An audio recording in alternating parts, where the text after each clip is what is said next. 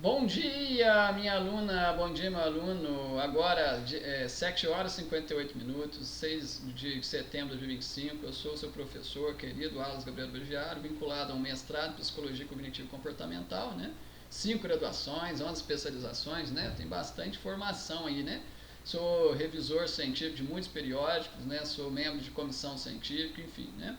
Tem uma formação robusta, sólida, né? Minha participação e produtividade científica bem acima, né, do que doutores e doutoras é capaz de produzir, né? E apresento aqui em Formação Docente 1, aula 2, né? Eu estou apresentando aqui justamente, né? Deixa eu pegar aqui o roteiro direitinho, para eu passar direitinho para você qual é a parte, né? Na aula 1 nós vimos, deixa eu só passar aqui, História e Evolução da Docência no Brasil. Nessa aula 2 estamos vendo Docência do século XXI, né, Desafios e Perspectivas. Na aula 3, Políticas Públicas e Diretrizes Curriculares Nacionais. Na aula 4, Ética e Responsabilidade Docente. Na aula 5, Diversidade Cultural e Educacional. Na aula 6, né, Educação Inclusiva e Acessibilidade. Na aula 7, Relação Professor-Aluno, Construção do Vínculo. Na aula 8, professor como pesquisador na prática. Na aula 9, ética digital e cidadania na sala de aula. Aula 9, 7 funções de um bom docente no ensino superior. E aula 10, tendências internacionais de formação docente. Então, nessa aula número 2, né, apresento aqui docência, né, docência no século XXI, desafios e perspectivas, né, com base no artigo, né, da Educação 1.0 à Educação 3.0, desafios para a prática docente do século XXI. É um artigo, né, elaborado por Souza e Schneider, né, e aqui eu apresento como base para essa videoaula. Este artigo tem por objetivo analisar as percepções de estudantes da graduação acerca do uso de plataformas online como ambiente colaborativo de aprendizagem e sua relevância para os processos formativos em moldes da educação 3.0.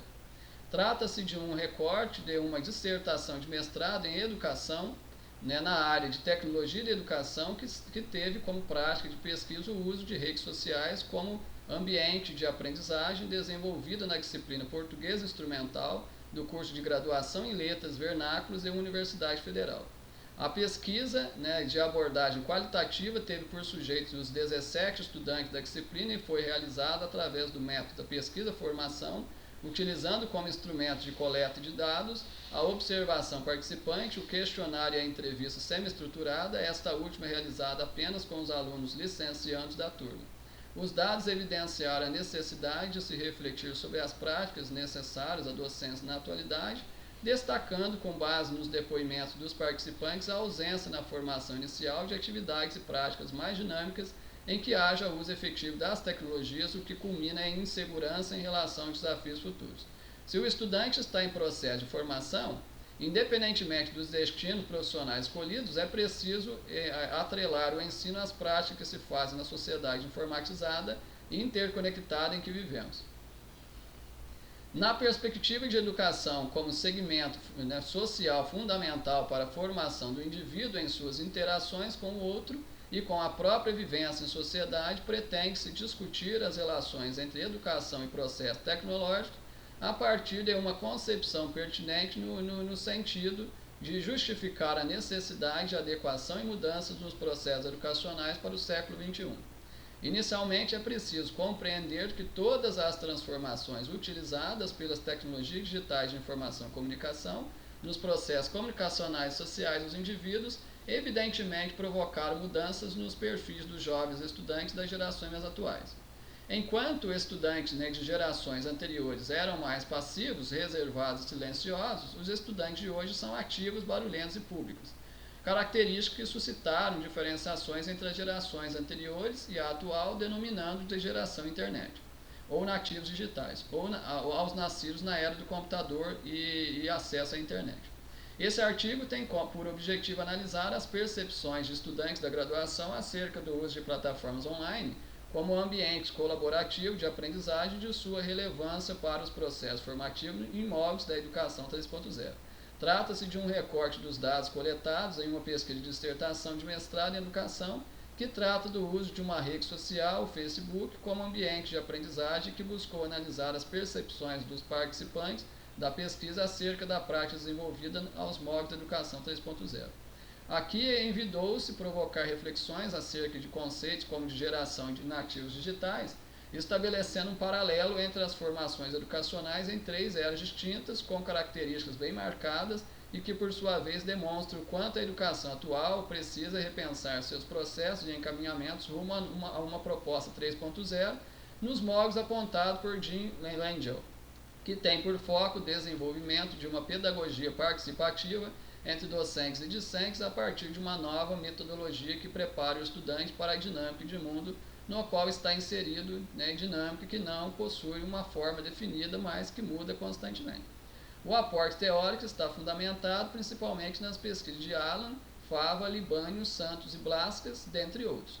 Compreendemos a partir desses autores e também mediante os resultados obtidos que o processo de aprendizagem não se limita ao domínio formal do conhecimento. É preciso lançar mão do que e como fazer, considerando a abundância de recursos e informações disponíveis na web, presentes em todas as áreas da vida e que podem ocorrer a partir das conexões entre informações, conceitos e saberes. Nesse trabalho, explicitamos o conceito de educação 3.0 e sua compatibilidade com a geração midiática, multitarefa e de comunicação contínua em rede.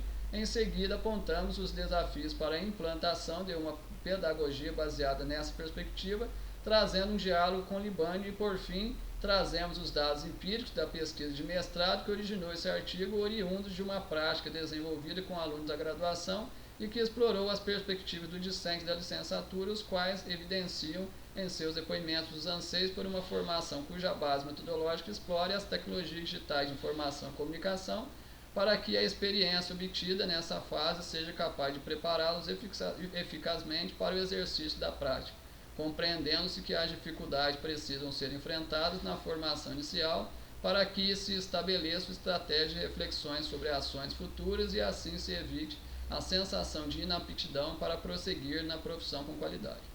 O que vem a ser educação 3.0? Pensando nas características singulares dos estudantes das gerações atuais, mais ativos, barulhentos e públicos, é que o professor da Universidade de Nova York, Jim G. Langell, um defensor do conceito de educação 3.0, discute, dentre outros aspectos, a necessidade de lidar com os estudantes de uma outra maneira num processo de gerenciamento e não monitoramento. Ainda que é imperativo repensar as práticas de ensino e aprendizagem a fim de estabelecer uma relação entre a forma como ocorre a produção do conhecimento da escola e fora dela, também já discutidos na subseção anterior, porém sob a perspectiva de outros autores e autoras. Apesar de Langell ter disseminado o termo educação 3.0, ele foi utilizado pela primeira pelo professor Derek Kix, da Universidade de Witwatersrand, de Johannesburg, na África do Sul, em 2007, para definir os usos das tecnologias na aprendizagem partindo da necessidade de uma lógica colaborativa em consonância com o formato de sociedade que se tem atualmente, destacando a necessidade de repensar os modelos pedagógicos baseados na figura central do professor como detentor do saber. Segundo Langell, para compreender as tensões e divergências na educação da atualidade, é preciso retroceder no tempo e refletir sobre como a educação e trabalho sempre estiveram intrinsecamente relacionados na vida do indivíduo. Para isso, ele estabelece 3 períodos históricos para a educação: educação 1.0, educação 2.0, educação 3.0, e estamos na educação 4.0 agora. Aqui foi até a 3.0 só, mas nós estamos na 4ª.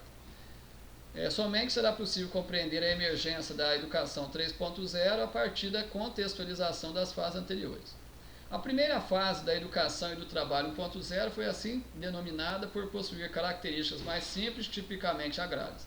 As pessoas trabalhavam com a terra ao ar livre e utilizavam ferramentas simples de confecção própria que eles sabiam consertar quando quebravam.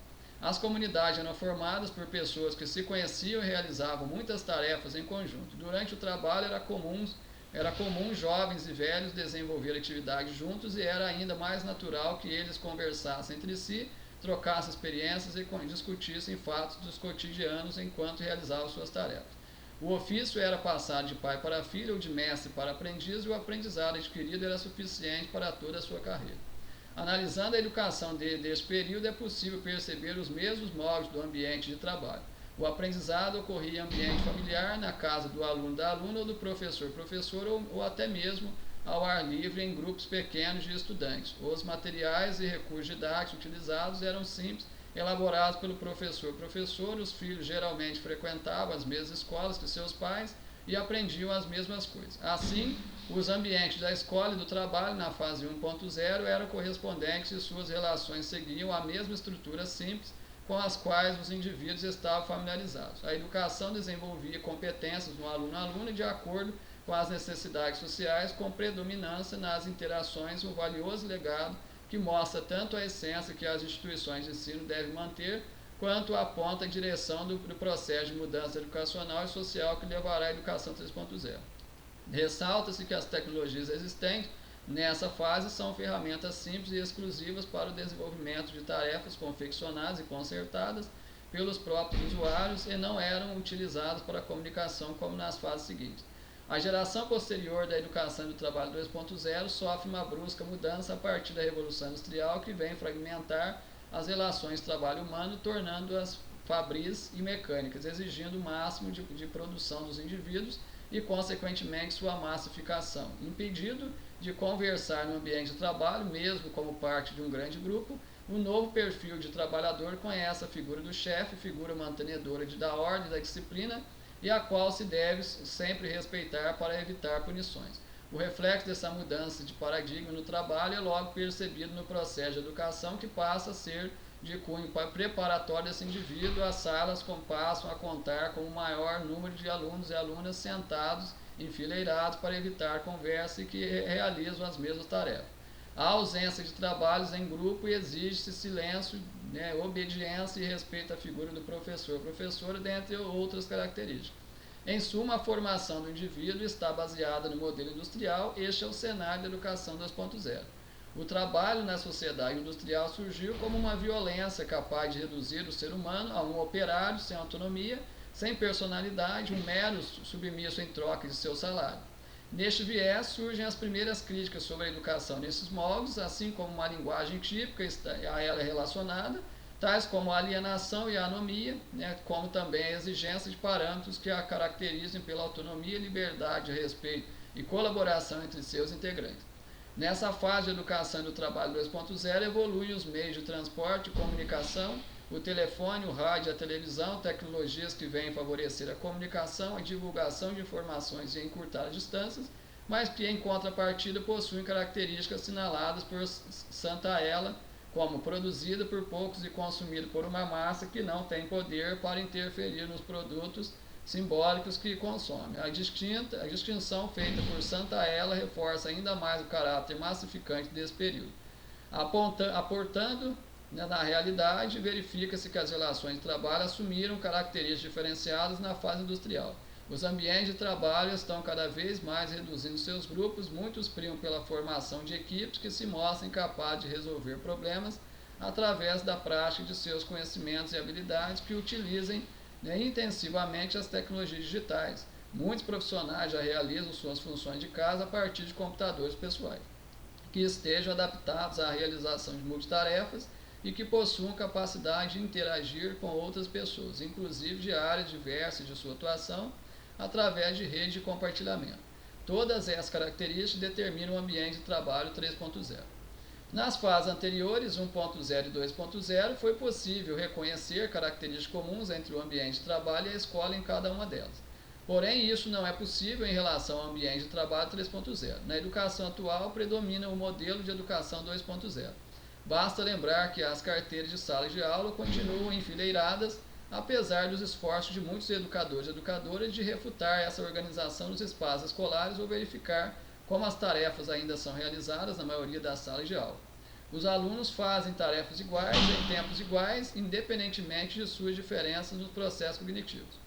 Para a FAVA, uma educação nesses moldes tem por foco o desenvolvimento de uma pedagogia participativa entre docentes e discentes, a partir de uma nova metodologia que prepare o estudante para a dinâmica no mundo do qual está inserido. Dinâmica que não possui uma forma definida, mas que muda constantemente. Trata-se de preparar o aluno ou aluna para um futuro desconhecido, no qual eles sobreviverão não pelo que sabem, mas pelas suas habilidades e competências para a busca e aplicação da informação e para a adaptabilidade a um ambiente em constante mutação. Dialoga-se com o autor, quando ele afirma que metodologias de ensino deverão trabalhar com princípios como o da virtualidade, onde as relações com as pessoas e com a aprendizagem ultrapassem as fronteiras do tempo e do espaço, onde as metodologias sejam producentes em relação às novas exigências de autonomia, flexibilidade, aprendizagem e criatividade das novas e futuras gerações.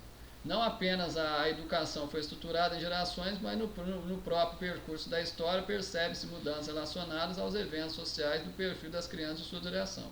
É evidente que uma criança que nasce nos dias atuais possui mais facilidade em lidar com as tecnologias digitais, pois é uma nativa da sociedade informacional, ao contrário dos nascidos e nascidas em gerações anteriores que tiveram que se adaptar ao uso. Os termos nativos digitais e imigrantes digitais foi lançado por Prensky em 2001, apontando a distância comportamental entre as gerações, destacando principalmente a natureza adaptável dos jovens e das jovens que cresceram com as tecnologias em relação àqueles que entram em contato com o mundo digital numa fase posterior de sua existência, demonstrando menor afinidade com a tecnologia. Apesar da afinidade de desenvoltura de muitos jovens e muitas jovens considerados nativos digitais com as tecnologias de última geração, isso não quer dizer que eles possuam criticidade, que suas proposições sejam criativas, pois muitas de suas colocações são fruto do senso comum. Por isso, a mediação de adultos e do professor, no caso da escola, se fazem necessárias, exercendo o papel de orientadores das discussões, encaminhando e incentivando reflexões mais amadurecidas, propondo novas leituras que embasem as discussões e provoquem reflexões aprofundadas sobre os contextos apresentados, sobre os recursos e sobre a própria mídia. Isso requer que o professora também esteja preparado para trás interferências, possuindo a formação necessária dentro de uma perspectiva que alie o uso da tecnologia pedagogicamente.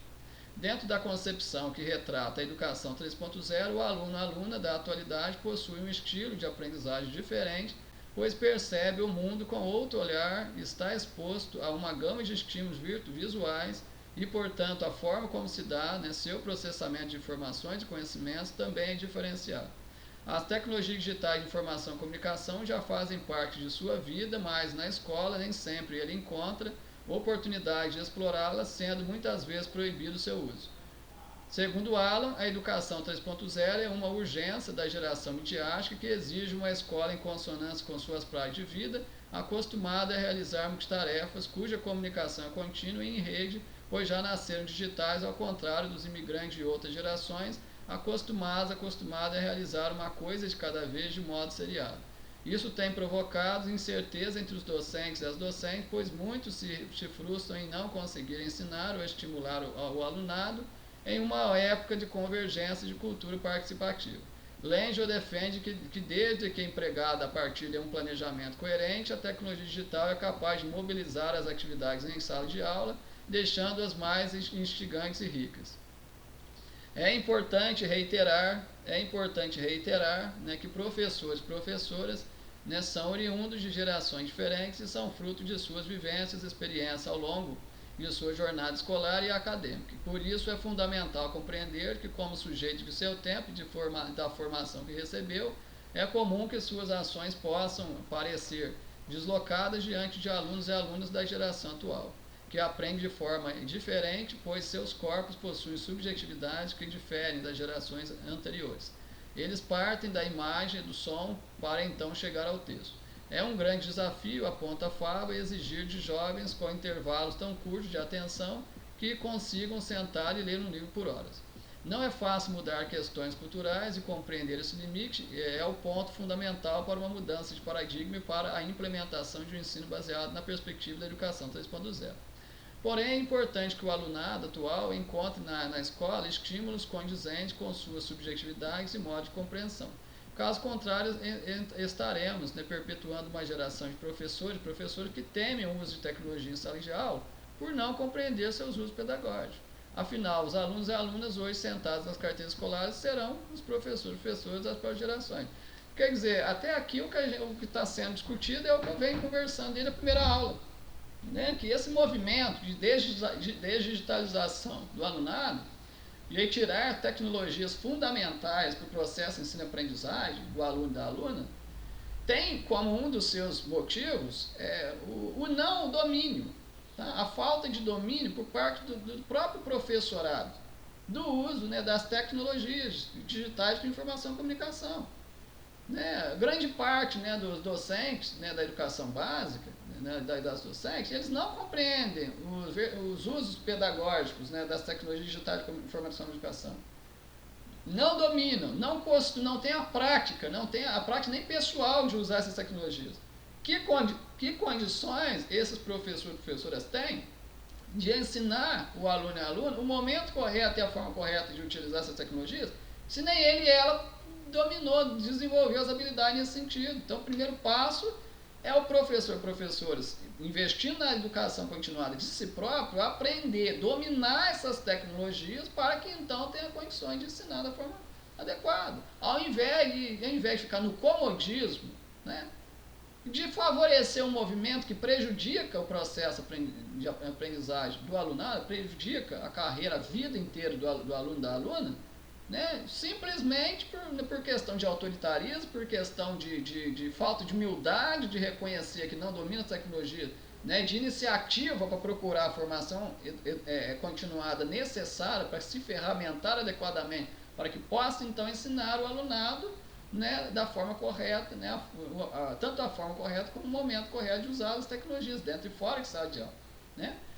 Na educação 3.0, afirma Lengel, as escolas estão em contexto com o mundo atual, acompanhando suas mudanças e inserindo-as, né, no processo de ensino e aprendizagem nas relações entre professor, professor e aluno-aluna. Consiste na criação de uma prática pautada na conectividade e colaboração a partir do uso de ferramentas digitais que permitam a construção do conhecimento todos a todos, tirando partido da gama de opções de exposição na atualidade, tais como as promovidas pela Web 2.0 e principalmente pelas redes sociais. A sala de aula, na perspectiva do autor, pode ser qualquer ambiente onde é possível estar conectado, criar e buscar soluções para os problemas. A necessidade de mudança metodológica e o rompimento, né, com uma educação ultrapassada são os principais desafios para uma sólida implementação da educação 3.0. Os desafios da prática pedagógica para a educação 3.0. Diante do descompasso entre educação e ambiente de trabalho 3.0, das discussões feitas acerca do espaço escolar e da perda de sua referência para o alunado da geração atual, como também da necessidade de novos parâmetros pedagógicos, que direcionem uma prática docente voltada para o uso da tecnologia digital de informação e comunicação como suporte à aprendizagem, é importante discutir os desafios da prática pedagógica guiada pelos pressupostos da educação 3.0. Por mais que a escola básica seja afetada nas suas funções, na sua estrutura organizacional, nos seus conteúdos e métodos, ela mantém-se como instituição necessária à democratização da sociedade. Por isso, o tema de formação de professores e professoras assume no Brasil e hoje, né, importância crucial. Para Libânio, um professor didático é aquele que ajuda o aluno, a aluna a estabelecer uma relação cognitiva e afetiva com a matéria, assegurando as boas condições da busca pelo conhecimento. Né? Dessa forma, a didática se relaciona com os saberes em situações contextualizadas, nas quais os alunos e alunas orientados pelo professor nas suas atividades autônomas, desenvolvem-se a partir de mudanças no modo de ser, agir e pensar. Em 1997, Stoll, citando Scudder, já compreendia o indivíduo como um nó de uma rede que se estendia pelo mundo, provocando mudanças nas formas de socialização de valores globais, graças às redes de telecomunicações, formando assim as comunidades eletrônicas e construindo um novo contexto para a educação.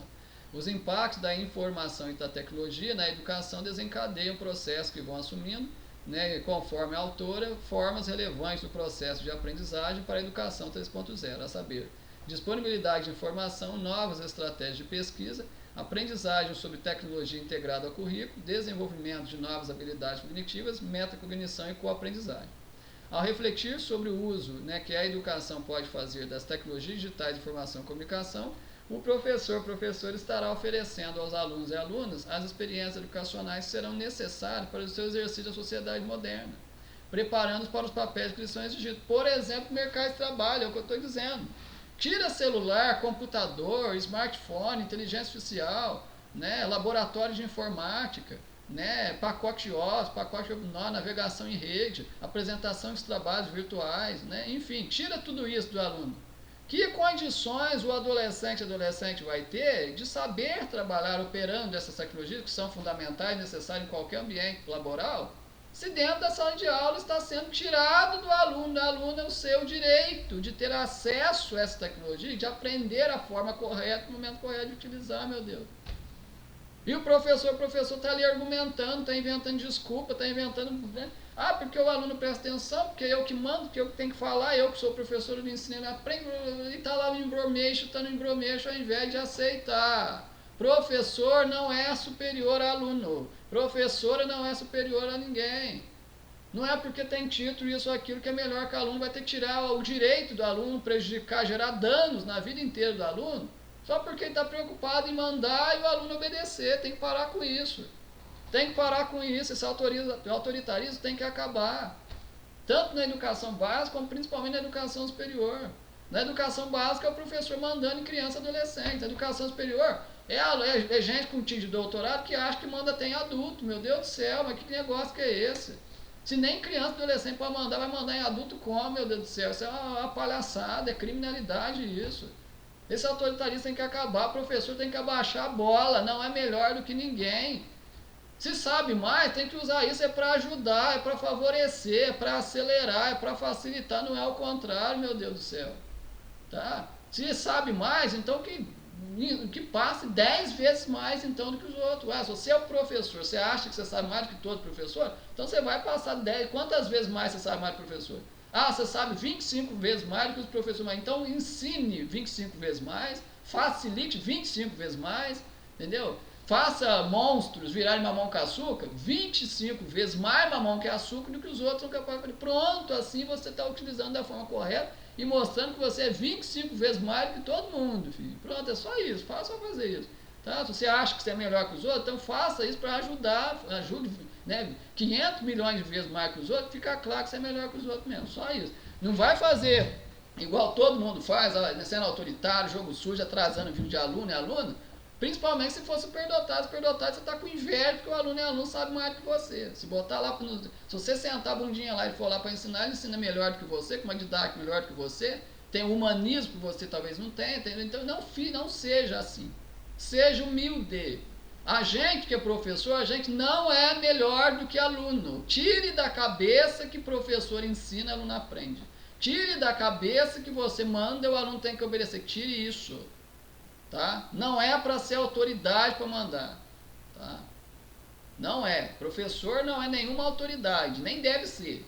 É apenas uma pessoa incumbida da responsabilidade de ajudar, mediar, facilitar, criar pontes, acelerar, entende? Mostrar como se faz, né? Incentivar, motivar para que o aluno replique e faça igual, até melhor. Né? Deixa o aluno voar. Tá? Deixa o aluno, né, ser o protagonista da sua formação. Não é você. Você, professor, e eu, nós não somos os protagonistas da formação de nossos alunos e alunas. Tá? Quem tem que brilhar não é você e eu. Tá? Eu não sou protagonista na sua formação. Protagonista na sua formação é você, minha aluna, meu aluno. Quem tem que brilhar é você e eu. É você, aluno, e você, aluna. Não é eu. Eu brilho na minha formação. Na minha formação, o mundo inteiro vê o quanto eu me formo, o quanto eu sou protagonista na minha formação, que aí é eu mesmo que tenho que brilhar, eu que tenho que ser o bambambam na minha formação. Então, seja você aluna, a bambambam na sua formação, escancare para todo mundo como que você se forma, como que a sua formação é você que faz, não tem nenhum professor que vai formar você não. Não tem nenhuma universidade no planeta que vai formar alguém, nenhuma universidade forma ninguém não. Não tem corpo docente, coordenação de curso, universidade que vai formar um ser humano, não tem, não existe isso. Quem forma você é você, e quem forma eu sou eu. Cada um é protagonista da sua própria formação, história e carreira. Tá? Então, quando você está na sala de aula, eu estou aqui formando professores, eu estou formando você. Se você já atua na sala de aula, ótimo, não sabia, saiba agora. Se você ainda não está na sala de aula, seja ela virtual, de forma autônoma ou não, presencial não importa. Se você ainda tem interesse em se tornar professor ou professora, saiba. O aluno seu, a aluna sua, eles é que são protagonistas, cada um da sua própria história. Deixe o aluno, a aluna brilhar, arrasar. Abaixa a sua bola. Quem tem que brilhar é seu aluno, é sua aluna, não é você. Você vai brilhar quando você estiver formando você. Na sua formação você brilha e arrasa. Na formação do aluno é ele que é o protagonista, quem tem que arrasar e brilhar é ele. Quem tem que arrasar e brilhar é ela, não é você. Então abaixa a bola e levanta a bola dos seus alunos e alunas. É isso que cada professor tem que fazer e não faz. Está lá batendo boca, né, que ele que manda, que não sei o que, está criando hierarquia, que passa para um, que passa para o outro, monta uma escadinha, afunda o aluno, e na cabeça deles é isso que é ensinar. É reduzir o aluno, é humilhar o aluno, é desvalorizar, é discriminar, marginalizar, é desligar, é rebaixar. É isso que para eles é ser professor, sendo que isso não é ser professor. Isso é um autoritarismo sendo repassado. Quer dizer, além de corpo docente, coordenações serem autoritários, ainda estão tentando impor que todo mundo tem que ser assim. Todo mundo tem que ser assim. Isso é revoltante. Isso é revoltante.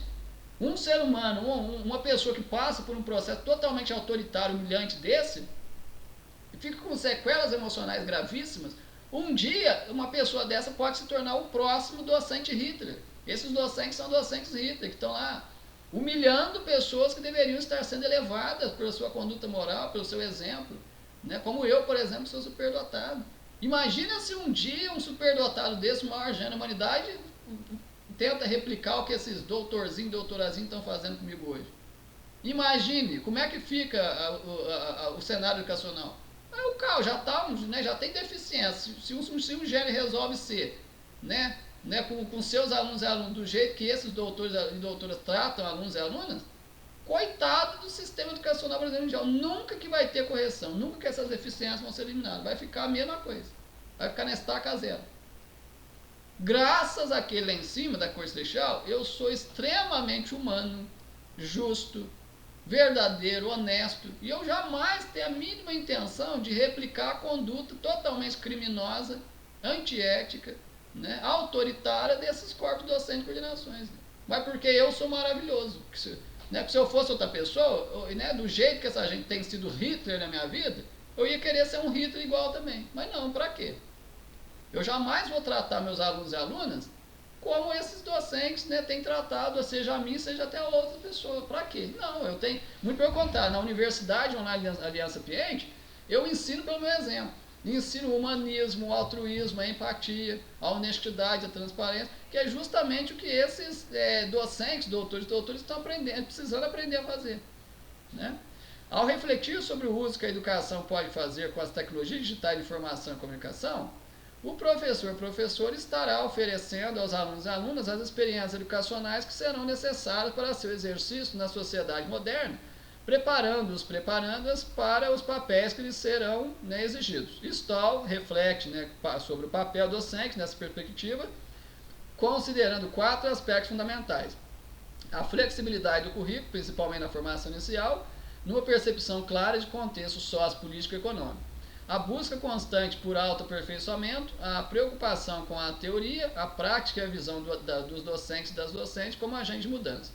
Isso porque a tecnologia somente terá impacto, né, nas escolas quando a preparação de bons professores for prioridade, pois não há reforma educacional, não há proposta pedagógica sem professores e professoras, já que são os profissionais mais diretamente envolvidos com os processos de resultado da aprendizagem.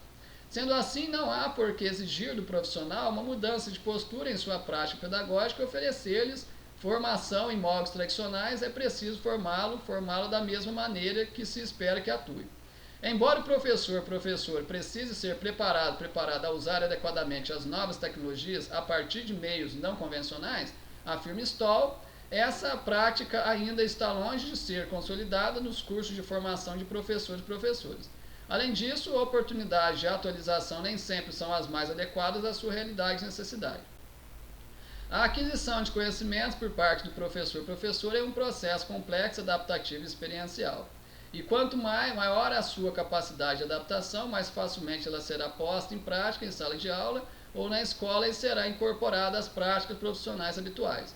Um dos seus objetivos de toda formação válida deve ser o de poder ser experimentado e também proporcionar a oportunidade para desenvolver uma prática reflexiva competente. Refletir sobre a prática docente, sobre as mudanças no perfil do aluno da geração atual, são passos fundamentais para uma ação que possa questionar a validade daquilo que se ensina para o alcance dos objetivos primordiais da educação. O processo de ensino motiva a aprendizagem do aluno. Esse aluna frequenta e participa das aulas, realiza tarefas, estuda para as avaliações por sua própria vontade ou considera-as uma obrigação. Fava elenca tais questões para que o professor enxergue mais claramente como se dá o processo de aprendizagem para o aluno-aluna.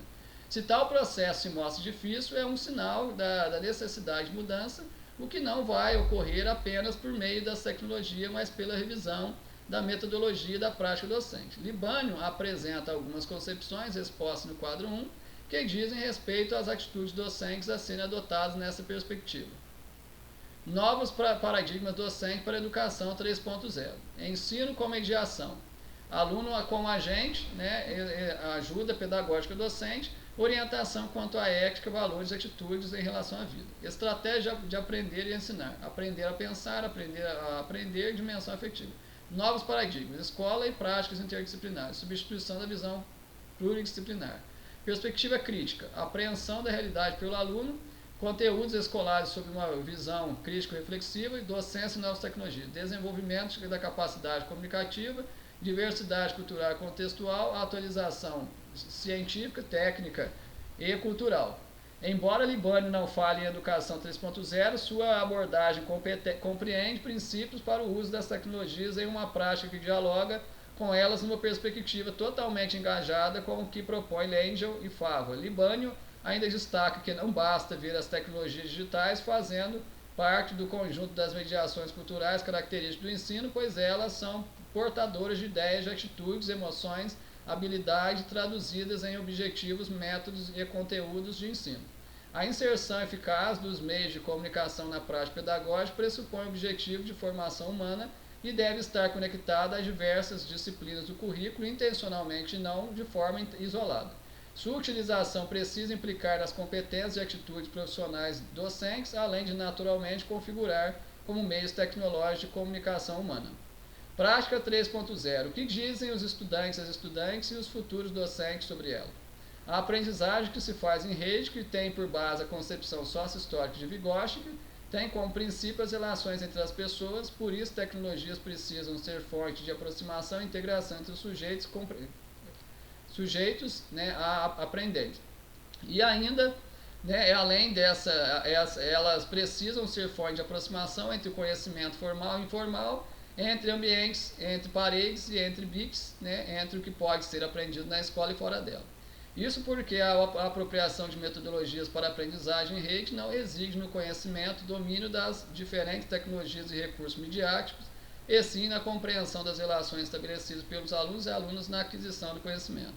Através da interação, eles estabelecem ligações entre ideias, formas de agir e de chegar a determinados objetivos, o que requer mudança no processo de ensino, de um para muitos, para um em que todos aprendem com todos a partir da reflexão e apoio comuns.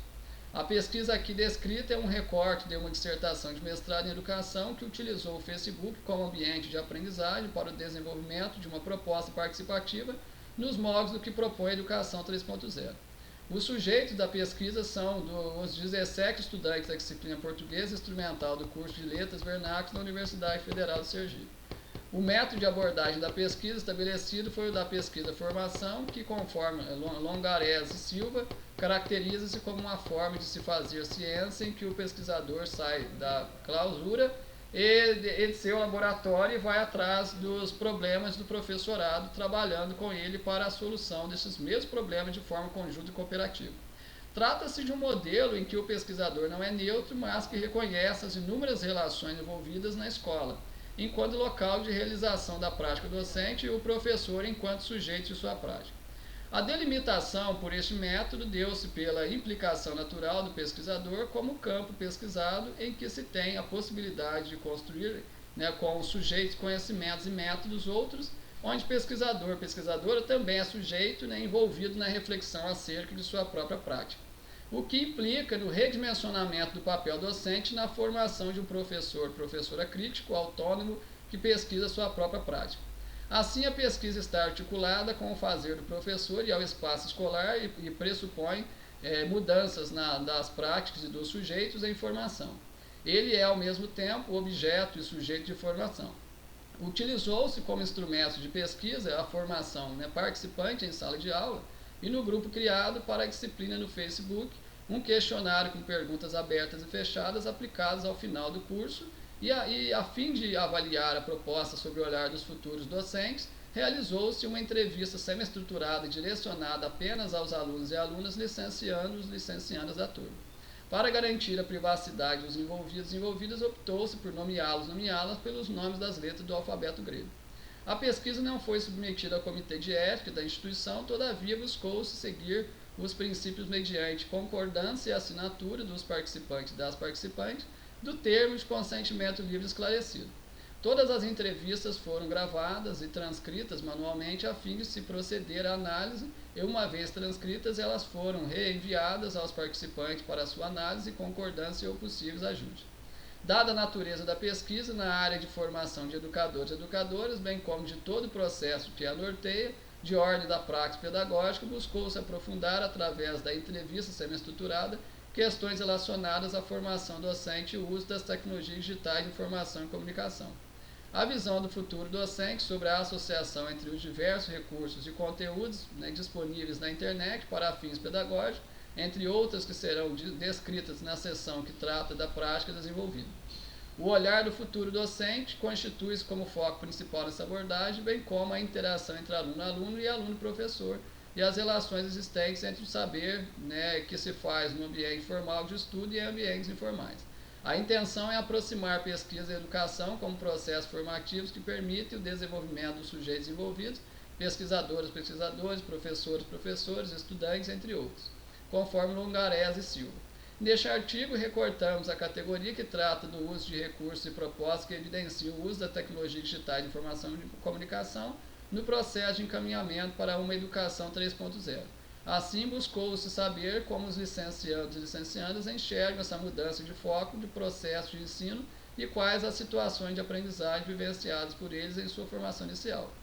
Para a Alfa, a universidade tem uma diversidade de práticas e de professores e muitas vezes a teoria e a prática é um pouco distante, o que a gente aprende aqui muitas vezes não vai colocar em prática na sala de aula. Ainda a universidade está muito presa, não à prática e mais à teoria, e isso dificulta porque a gente tem muitos alunos e alunas que eles são mais elétricos e aprendem mais na prática do que na teoria. Um dos maiores problemas da universidade é esse.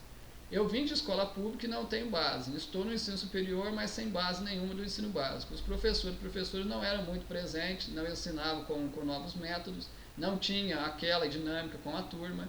Ele chegava, passava o conteúdo e alguns nem explicavam direito. Uma vez aconteceu de uma aluna ter uma dúvida e a professora não soube nem explicar em sala. Como eu sabia o conteúdo, eu expliquei para a garota. Os depoimentos ressaltam uma realidade que não está limitada a determinado nível de ensino. Quer na educação básica, quer no ensino superior, existem situações em que a prática docente não atende ao que o aluno ou aluna espera da escola. Uma aprendizagem, que equilibre teoria e prática em seu processo. Porém, considerando a formação de futuros docentes, é um paradoxo que a prática esteja distante da realidade, afinal, como prepará-los para o exercício da docência, o que implica a prática, sem oferecer subsídio para essa base. Considerar o processo dialógico, que perpassa a relação professor-aluno é fundamental para o sucesso da prática docente. Em relação às teorias de aprendizagem relacionadas ao objeto dessa pesquisa e discutidas nesse trabalho, a colaboração foi apresentada como a principal destas, tendo como base a teoria Vygotskiana. Falar de aprendizagem em um cenário de mudanças e inovações, afirmam Nunes e Nunes, é utilizar a concepção de Vygotsky, que pressupõe um processo dialético no qual o aprendiz é um sujeito ativo, concreto e histórico em permanente transformação e diálogo com o mundo. Por colaboração, entende-se a aprendizagem que ocorre e se desenvolve a partir da interação entre os indivíduos movida pelas experiências partilhadas na construção do conhecimento que levam à aquisição de novos saberes a partir daqueles que o geraram. Para Palloff e Pratt, onde quer que ocorra, quer em ambientes online, quer em sala de aula presencial, a atividade colaborativa é o cerne do curso, centrado no aluno e pode ser observada quando ele passa também a refletir sobre a aplicação à sua vida de algo que aprendeu ou sobre o significado de alguma coisa que leu nestes ambientes. Buscando verificar, mediante o questionário aplicado, a percepção da turma quanto ao processo de colaboração entre eles, 85% afirmou que houve colaboração entre os participantes, ocorridas da seguinte forma: 70% no desenvolvimento da atividade, 54% no esclarecimento de dúvidas e 46% na troca de experiências de estudo.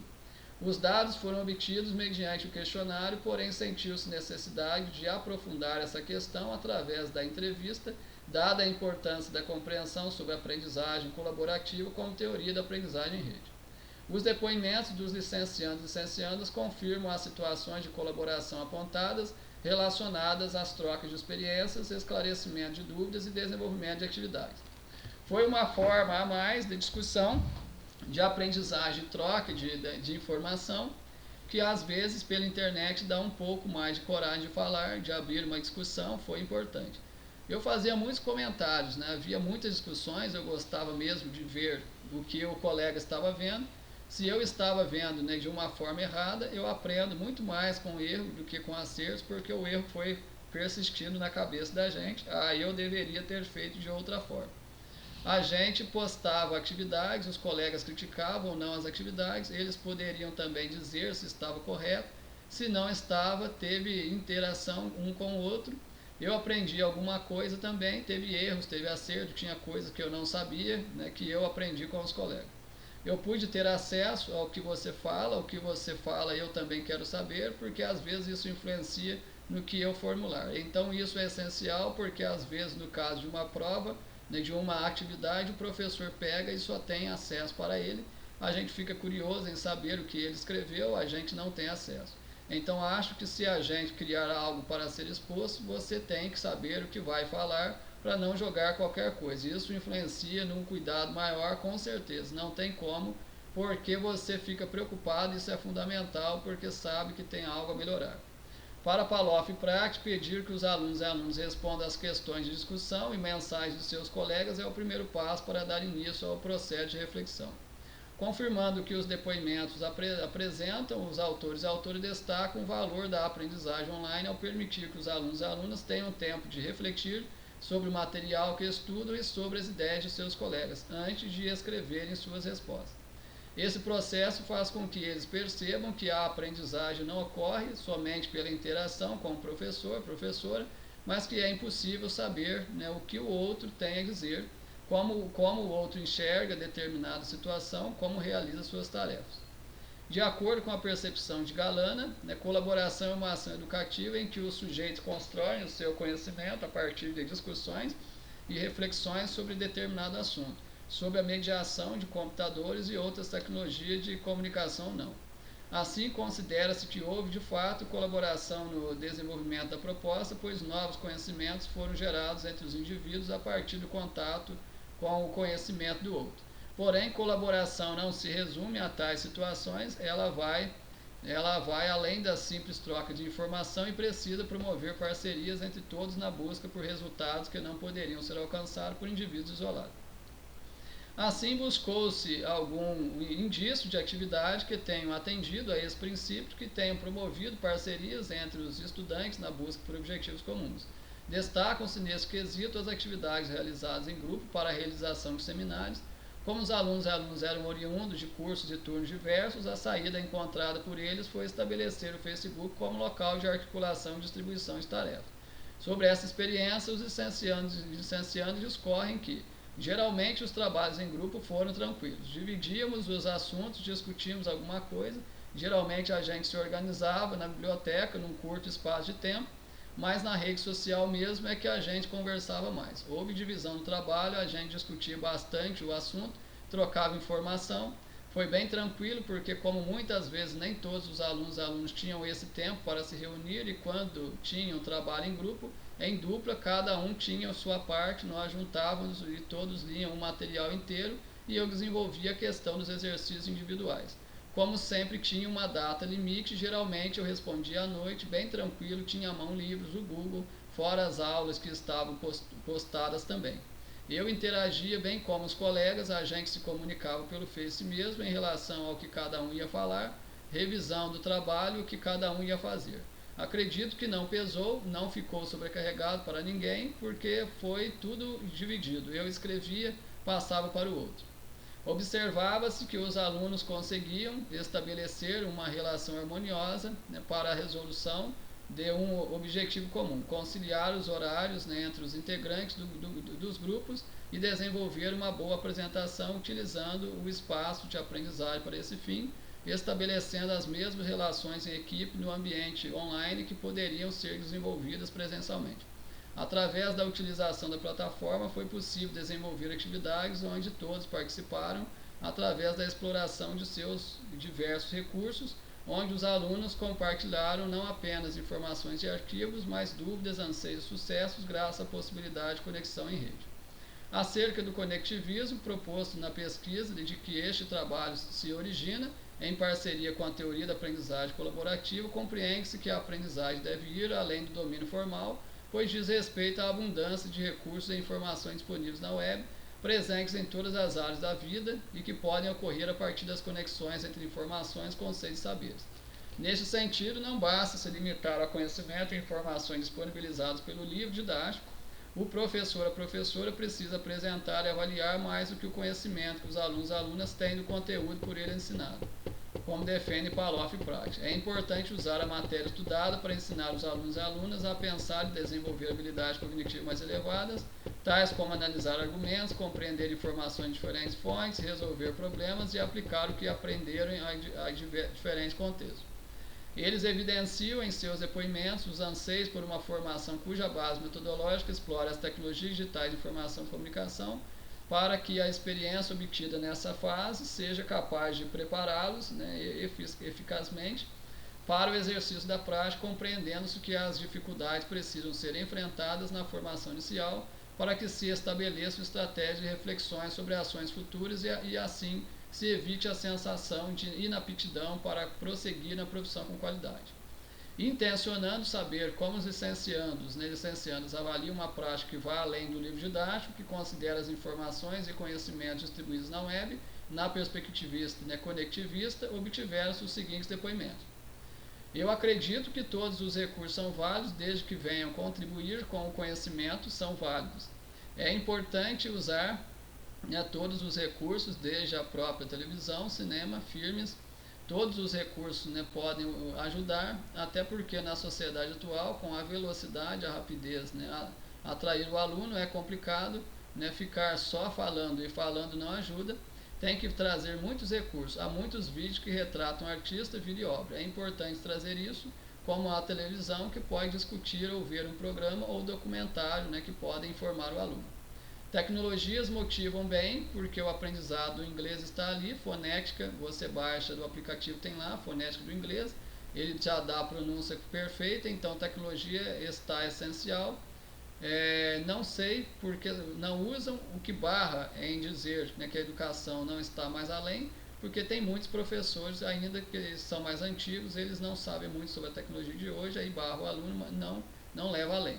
O uso da internet no ensino nos dias atuais não está adequado. Os livros seriam ideias, porque a internet tem conteúdos, mas não são fontes seguras. Nem todas, algumas sim. Site de professores, doutores, eles escrevem seus artigos e publicam. Já é uma ajuda para os estudantes, eu creio que ajude, mas a utilização dos livros ainda seria mais adequada. São alguns depoimentos. Neste questionamento, destaca-se o depoimento muito pertinente de Epsilon, que não restringe o uso de recursos e conteúdos didáticos àqueles veiculados na web, mas aponta o uso de mídias de massa para a televisão, cinema e os vídeos, elaborados especificamente para uso escolar, como estratégia de atrair a atenção do aluno e aluna. No depoimento de Omnicom, tem-se uma sugestão muito interessante acerca do uso de aplicativos para ensino e treino fonético da língua inglesa que podem ser baixados em celulares e smartphones e trabalhados em sala. O licenciando questiona-se por que os demais professores e professoras não fazem uso deles, já que são tão acessíveis, apresentando ele mesmo a resposta. Professores e professoras mais antigos não sabem muito sobre a tecnologia. Seria uma tendência relacionada à idade? Um típico caso de indivíduos imigrantes digitais nascidos antes da disseminação das tecnologias digitais de informação e comunicação? O licenciando responde: acho que a idade não influencia nisso, acho que é a formação. Tem professor que chegou ali, parou, não dá continuidade a outra coisa, não faz um curso diferente.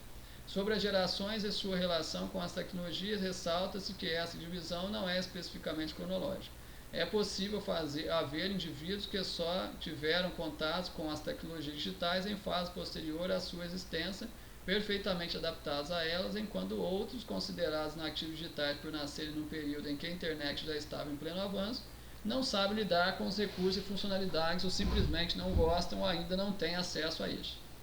Um exemplo de casos assim fica evidente no posicionamento de Ômega, quanto ao uso de softwares e plataformas de redes sociais na internet em situações de aprendizagem. Em seu depoimento acerca da prática conectivista, a licencianda defende o livro como recurso fundamental, já que a internet não é muito confiável e seu uso no ensino nos dias atuais não está adequado.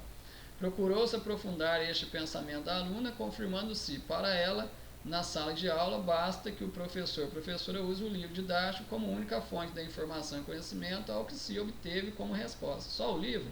Bom, tem que trazer outra fonte também, não só o livro, como artigos que são interessantes, tem que ser uma fonte segura, porque nem todas são. Outras também são importantes. É importante considerar a posição da aluna, uma vez que questões de validade e credibilidade das informações que circulam na internet devem ser discutidas no processo, mas percebe-se que, apesar de nascida na esteira da geração digital, a aluna não é adepta de recursos de software disponíveis na internet, o que reafirma o que se colocou de que as divisões apontadas por Tapscott não são cronológicas e que indivíduos podem se identificar com perfis diversos de sua geração. O respeito aos limites e possibilidades individuais é fundamental para que a prática ocorra de forma a atender às necessidades do grupo. Sendo assim, é preciso atenção à dinâmica dos grupos, à diversificação de atividades propostas e ao diálogo constante, a fim de estabelecer um ambiente em que a participação de todos ocorra de forma harmoniosa. A prática desenvolvida com a turma de português instrumental, fundamentada na pesquisa e formação, demonstra seu uso como um ambiente utilizado em concomitância com a disciplina presencial em todo o curso, não apenas em uma atividade ou proposta ou projeto isolado. Os dados apresentados evidenciam resultados satisfatórios desse uso, pois foi possível empreender discussões síncronas e assíncronas entre estudantes entre si e entre estes e a docente. Propor e realizar atividades diversas, acompanhar o processo de realização das tarefas e a participação dos alunos e alunas, estabelecer comunicação mediante avisos e prazos, postar recursos sob diversos formatos, vídeo, imagem, texto, tudo dentro de um grupo fechado com diretrizes estabelecidas previamente em privacidade. A ampliação do espaço de aprendizagem citado pelos alunos e alunas da disciplina foi o grande diferencial da proposta, permitindo dar continuidade às discussões promovidas em sala e ao aluno a opção de desenvolver suas atividades em horários condizentes com o seu tempo disponível. Verificou-se com essa estratégia uma parceria em que as relações entre alunos e professor se equilibram, descentralizando-se, onde a ação e reflexão caminham juntas, compondo-se as experiências que fundamentarão práticas futuras. Com isso, julga-se que a pesquisa alcançou o que Santos e Blasquez afirmam: quando o professor ou professora reflete que sua prática com a intenção de promover uma aprendizagem autônoma, ele está dando voz ao sujeito em informação e assim restituindo ao professor e ao aluno sua identidade e responsabilidade perdida, e à universidade sua condição de lugar onde interação e aprendizagem caminham juntas. Afinal, como afirma André, se queremos formar um professor que seja sujeito consciente, crítico, atuante, tecnicamente competente, é preciso dar condições na sua formação para que ele vivencie situações que o levem a incorporar essa habilidade e esse comportamento. Os depoimentos dos licenciandos e licenciandas, em sua maioria, ressaltam esse saber construído em conjunto e compartilhado que promoveu maior cuidado com a produção e recepção do texto, como também pela oportunidade de saber o que o outro diz, porque ele diz e as razões que fundamentam seu pensamento.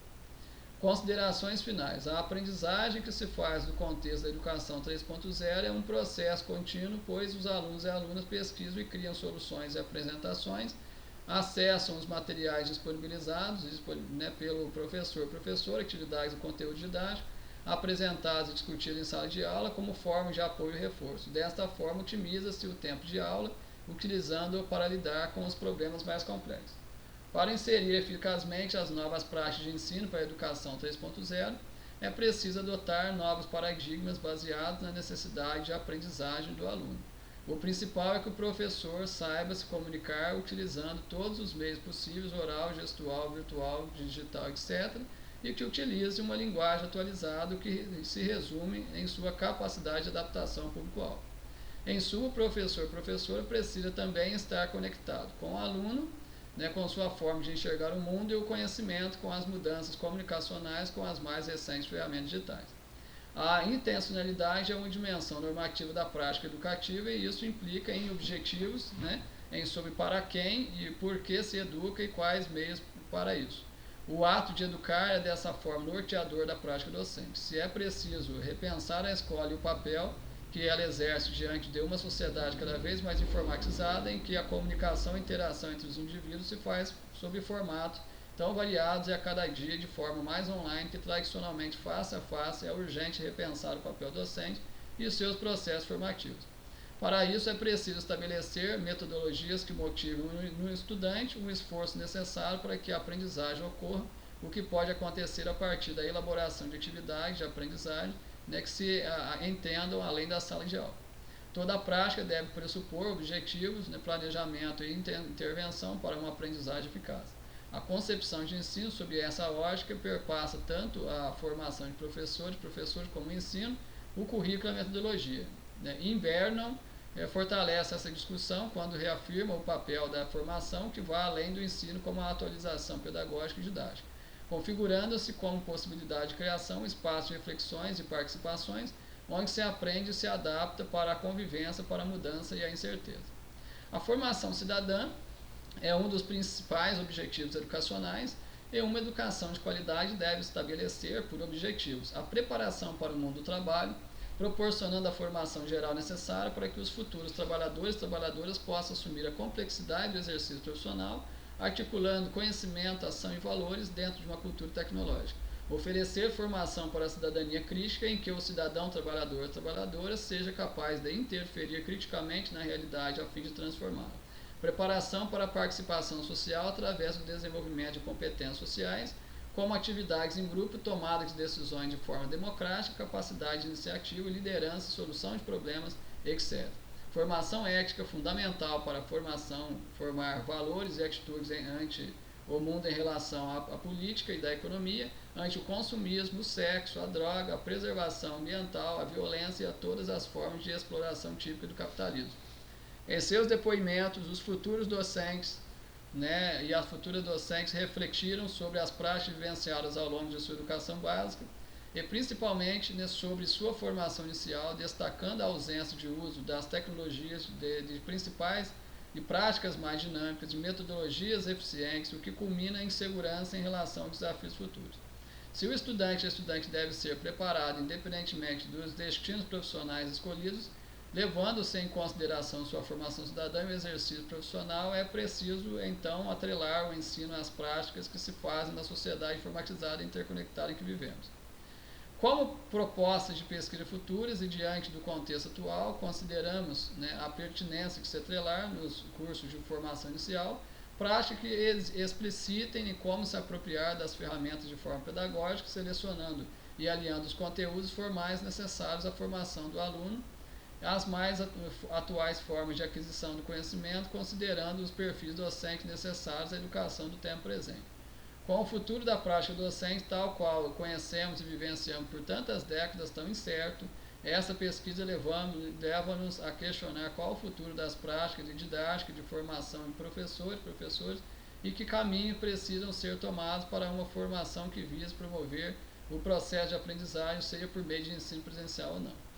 Então, aqui aponta, né, todas as características principais, educação 1.0, 2.0, 3.0, né, e que, é claro, né, tem consequências, né, do mundo do trabalho, né, o mercado de trabalho 1.0, 2.0, 3.0, a indústria 1.0, 2.0, dentro do ambiente, do espaço educacional, dentro da formação, né, do aprendizado de alunos e alunos, da formação docente. Então tem impacto dentro do ambiente educacional. Na verdade, são as necessidades, né, do mundo laboral, do mercado de trabalho, que regem, né, os currículos, né, as metodologias de ensino, metodologias de aprendizagem que são empregadas dentro, né, do mercado, dentro do ambiente educacional, que visa, dentre outros objetivos, além de formação humana, etc., também satisfazer, né, por meio da atividade laboral, as necessidades da sociedade. Né? Então, para que o aluno, a aluna tenha condições de estar, seja numa empresa pública, empresa privada, setor público ou privado, trabalhando, né, fornecendo para a sociedade o que a sociedade precisa, satisfazendo a necessidade da sociedade, ele precisa ser bem preparado dentro da sala de aula, seja ela virtual ou presencial, ou híbrida. Né? Então, é fundamental que nós, professores, né, tenhamos total consciência disso. Quais são as necessidades que as empresas têm, né, que meu aluno, minha aluna precisa satisfazer, que, portanto, o currículo tem que fornecer isso. Tá? O que eu ofereço para o meu aluno e aluna tem que fornecer o que a empresa está precisando. Então, a escola, a universidade tem que saber, tem que conhecer bem a realidade das empresas, né, a realidade do setor público e privado, conhecer muito bem. Mesmo que aquele docente a vida inteira só lecionou, né, não atuou em outros ramos, mas tem que conhecer. Né? Tem que conhecer bem a realidade de cada ambiente empresarial interno, tem que conhecer tudo, políticas, necessidades, né? Quais os quesitos para cada vaga, né? Estrutura hierárquica, tem que conhecer tudo. Né? Conhecer tudo de ponta a ponta. Por quê? Porque não tem como preparar bem um aluno e aluna para estar lá dentro brilhando sem que o professor conheça bem como funciona lá dentro, as necessidades que precisam ser satisfeitas dentro das empresas, para que ele possa preparar o aluno e a aluna, né, para satisfazer essa necessidade. O aluno e a aluna tem que desenvolver todas as competências necessárias para que ele tenha condições de satisfazer isso dentro das empresas, dentro desse setor público e privado. Então o professor precisa dominar, né, não é só entender. O professor de matemática não tem só que entender matemática, ele tem que saber o que exatamente as empresas estão exigindo dos profissionais, os egressos, né, as egressas de matemática lá dentro, né? Seja aqueles que terminam uma licenciatura, vão lá lecionar, aqueles que terminam matemática, vão atuar como matemático dentro de uma empresa, pode atuar até na área financeira, na área, né, contábil, administrativa, em instituto de pesquisa, o que exatamente, né, esse egresso de matemática precisa fazer lá dentro, quais são os quesitos, o que ele precisa entregar, né, pronto, para crescer na carreira. Então, isso é que precisa estar dentro de sala de aula. Se ele não entrega nem dentro da sala de aula, vai entregar lá dentro como? É isso que a questão é essa.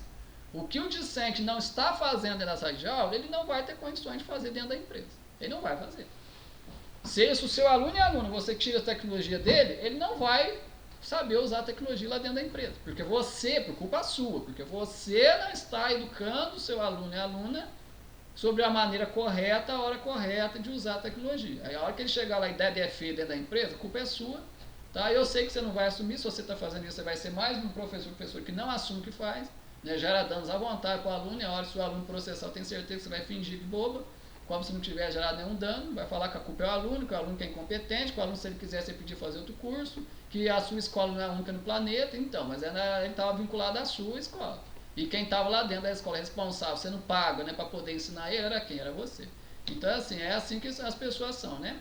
O professor está lá, o aluno tem vínculo, quem tem a responsabilidade de fazer isso é aquela professora, é aquele professor daquele espaço. Não, aí joga a responsabilidade. Não, mas tem muitas escolas, tem muitos professores. Mas ele não está vinculado em outras escolas, está vinculado a essa escola que você está lá sendo paga para poder fornecer para ele o que você é obrigado a fornecer e que não está fornecendo. Então eu falo isso para chamar a atenção. Não estou dizendo você especificamente que está assistindo a mim, mas eu falo para chamar a atenção, porque se for, é para servir para você mesmo. Eu falo que é para chamar a atenção mesmo. Se você, professor, não está conhecendo bem a realidade, né, do mercado de trabalho, não está preparando bem o seu aluno e a aluna para satisfazer essa necessidade, então já é hora de começar a fazer certo, né? Se você está aí dando aula há 10 anos, não sabe fazer, então você não sabe dar aula até hoje. Então aprende agora então a dar aula, porque seu aluno e aluna não é culpado disso, ele não tem que ter danos na vida dele, na trajetória dele, porque você não está preparado para dar aula. Então prepare-se, invista na sua formação, qualifique-se para entregar um trabalho de qualidade para o seu aluno, sem o qual ele e ela vai ter a carreira inteira prejudicada. Tá? Então não priorize você, pense no outro primeiro. Eu sou o tipo de pessoa, eu penso em mim, penso também, mas eu penso no outro também. Tá? Eu não sou o único ser humano que existe, existem bilhões de seres humanos, então se eu não sou o único, eu não tenho que pensar só em mim. Então, aprende a fazer como eu. Pense no outro também. E o outro dentro da sala de aula é o aluno e a aluna. Tá? Eu sou semelhante ao aluno e aluno. Pense no aluno e aluno. Como é que o aluno vai ter condições de fazer dentro da empresa aquilo que eu, como professor, não estou possibilitando que ele faça dentro da sala de aula? Tudo que você deixa de ensinar para o aluno dentro da sala de aula, ele não vai fazer dentro da empresa, não vai fazer em casa, não vai fazer em lugar nenhum. Ensine aquilo que você quer ver ele fazer em tudo quanto é lugar. Menos crime, claro. Se você quer ver ele matando em todo lugar, não vai matar lá dentro não vai matar um colega dele na frente dele para ele replicar lá não, tá? Não é isso que eu estou falando. Ensine o que presta, o que vale a pena, tecnologias tem que estar lá, né? Ensine, né? Todo o conteúdo necessário que você sabe. Se você conhece o mercado de trabalho, você sabe o que ele tem que entregar lá dentro da empresa. Então é isso que você tem que fazer, ele entregar pronto dentro da sala de aula, ciente que se ele faz dentro da sala de aula, é impossível ele não saber fazer o mesmo lá dentro do trabalho. É só uma questão de lugar. Se dentro da sala de aula ele já faz, por que dificuldade ele tem que fazer lá dentro? Se a pessoa no curso de ciências contábeis se já faz o imposto de renda dentro da universidade, por que não vai conseguir fazer no escritório contábil, seja virtual ou presencial? É impossível não fazer, porque ele já está fazendo. Eu, por exemplo, né, eu já fiz vários cursos de simulações computacionais, se eu faço isso dentro da universidade, qual que é a diferença da pessoa estar dentro de um laboratório fazendo uma simulação computacional certinho, bonitinho, e de estar dentro de um escritório, de uma empresa com vínculo empregatício fazendo? Não tem diferença alguma. É exatamente a mesma coisa. Qual que é a diferença? Se ele está dentro de uma universidade, num vínculo estudantil fazendo isso, ou se ele está dentro de uma empresa fazendo exatamente isso. Ele não tem nada a ver, não tem nenhuma diferença. Valuation dentro da universidade, valuation dentro da empresa. Simulação computacional dentro da universidade, simulação computacional dentro da empresa. Um trabalho sendo muito bem conduzido dentro da realidade, que é exatamente o mesmo trabalho dentro da empresa. A única diferença é o quê? É que na universidade o vínculo é estudantil. Entendi. Dentro da empresa o vínculo é o quê? É um laboral que ele vai receber dinheiro. Tá. Só. Mas o trabalho tem alguma diferença? Não. Então é a mesma coisa. Então é isso. Se você quer que ele faça lá dentro, né, alguma coisa, entregue o que a empresa está exigindo, ensine ele a entregar isso pronto já dentro da empresa, dentro da escola, dentro da universidade. Se o aluno e a aluna é capaz de entregar isso pronto dentro da escola e universidade, é impossível que não consiga fazer dentro da empresa. Inclusive, você, como professor, pode até agir como um mediador entre o aluno e uma empresa. Uma empresa chega a reclamar para você, nossa, mas você falou que ele é formado nisso, mas lá na minha empresa ele não está sabendo fazer. Aí você pode chamar a atenção do empregador, falar, filho, você está de sacanagem, filho. Esse aluno aí, ele fez 500 vezes isso para dentro da universidade, eu mesmo sou testemunho, fui eu que aprovei. Como é que ele não é capaz de fazer a sua empresa? O que você está fazendo? Você está com inveja dele, que ele faz melhor que você, que ele está fazendo um trabalho que você está lá 10 anos e não tem competência a fazer? Faz o seguinte, faz uma troca, coloca ele no seu posto lá para liderar os demais, já que ele sabe fazer, e vem você cursar comigo aqui, que eu tenho certeza, se você fizer aqui o que ele fez aqui para mim, eu aprovei, você vai aprender também, e um dia você vai estar qualificado para, sei lá, trabalhar com ele, tá? Faz isso, tem que fazer isso, porque senão o empregador vai ver que o aluno é bem formado, né? Chega lá fazer melhor que ele vai lá questionar, vai lá tentar queimar o filme do profissional que está fazendo melhor que ele, lá não dá para você que deu aula para ele, que foi você que ensinou. Então, entende? É só questão de colocar tudo no seu devido contexto, né? Colocar, né, o vilão no patamar de vilão, o inocente no patamar de inocente, né? Quando, né, os pinguinhos estão nos pontos e tudo flui, né? De acordo com a verdade, com a realidade, com a justiça, né? Então, você, meu aluno, né, que me ouviu nessa aula número 2, né, que é justamente a aula de docência no século XXI, desafios e perspectivas, Saiba disso, né? Os principais desafios, né, que se tem, né, até hoje na indústria 4.0 são os desafios das barreiras humanas. Tá? Existem barreiras tecnológicas nas escolas e universidades? Existem. Existem barreiras estruturais? Existem. Arquitetônicas? Existem. Existem barreiras financeiras, né? Investimentos públicos e privados, por exemplo, poderiam aumentar? Existem também. Né? Mas o principal são as barreiras, são as barreiras atitudinais, são as barreiras humanas, comportamentais, relacionadas a uma formação docente que é deficitária. Tá? Docentes que não são bem formados, principalmente na questão humana, na questão de valores, questão de comportamento, né? Que visa, né? Querem ser autoritários, querem mandar, professor ensina, aluno aprende. Enfim, né? E que são, de repente, gostam de trabalhar na lei do mínimo esforço. Para que fazer uma especialização para poder dominar as tecnologias digitais, informação e comunicação? O aluno que aprende na outra escola, ele que vai fazer um curso técnico de informática, e alunos de baixa renda, né? Que é a maioria, né? De educação básica, pública, né? Vai fazer curso de informática como? Né? Se já está estudando escola pública, não tem condições de pagar colégio particular, a família vai pagar, né, curso técnico de informática como? Sendo que a responsabilidade de ensinar as tecnologias é sua. Você que está sendo pago para fazer isso, a escola está lá para isso. Então, com o aluno que tem que se ferrar, ele que vai ter que entrar no mercado de trabalho, ele vai ter que arrumar um trabalho para poder pagar um curso de informática, porque você está sendo pago, você não pode fazer isso. É ele que tem que pagar algo particular, porque vai estar na escola pública, é lá que é a responsabilidade sua fazer isso, você não vai fazer então. Você vai aderir ao movimento internacional de digitalização do alunado. E por culpa sua, ele vai ter que arrancar dinheiro da onde não tem para fazer um curso de informática se quiser trabalhar bem no mercado de trabalho. Olha só a pouca vergonha. Eu, particularmente, eu tive que fazer isso. Quando eu era adolescente, eu tive que pagar a escola particular para fazer curso de informática se eu quisesse entrar no mercado de trabalho e trabalhar bem. Sendo que a escola pública, eu estava vinculado, mais uma escolinha, né, que deveria fornecer tudo isso para mim, para eu não ter necessidade de pagar. Não forneceu. Lá tinha um laboratório de informática, com um computador, e para variar o computador quebrado, sem internet, sem funcionar. E como é que faz para atender milhares de alunos ali? Olha a maravilha. É a educação brasileira. Essa é a maravilhosa educação básica brasileira. Coitado de família de baixa renda. Pobre só toma no rabo. Vai fazer o quê, ué? Né? Tem que pagar um curso particular de informática, porque lá dentro da escola é pública, né? O governo está destinando dinheiro para lá, né? Que já, né, tem muito desvio de dinheiro, tá, mas está chegando lá, está chegando a Secretaria Municipal de Educação, está sendo passado para a escola, tem profissional lá sendo pago, e o profissional está preocupado se quem manda mais. Quem quer mais aqui? Sou eu ou o aluno? Ele está preocupado com isso, ele não está preocupado se o aluno, né, tem direito de aprender, se ele tem a obrigação de ensinar, mediar, ajudar. Ele não está preocupado daquilo que ele tem que entregar para que o aluno tenha condições de trabalhar bem. Não, ele não está preocupado com isso, ele está preocupado, o salário está querendo na conta. Eu estou mandando, o aluno está obedecendo, então está tudo beleza. Se a minha remuneração está na conta, eu mando, o aluno obedece, então não tem que questionar, vou mudar o quê? Aí se acomoda, fica só nisso. A mesma coisa ocorre na educação superior. Ué, se eu sou docente, se eu sou coordenador, minha remuneração está em dia, está direitinho. Está tudo em paz, eu estou mandando, o aluno está obedecendo, beleza. Eu vou preocupar com o quê? Qual que é a preocupação que eu vou ter? Ninguém está nem aí, ué. É exatamente isso. Então não seja isso. Seja um professor decente, honesto, humano, verdadeiro e empático como eu. Siga o meu exemplo que você sim se torna, né, uma verdadeira professora, um verdadeiro professor e ajuda a formar outros professores e professoras maravilhosos, maravilhosas como eu e você.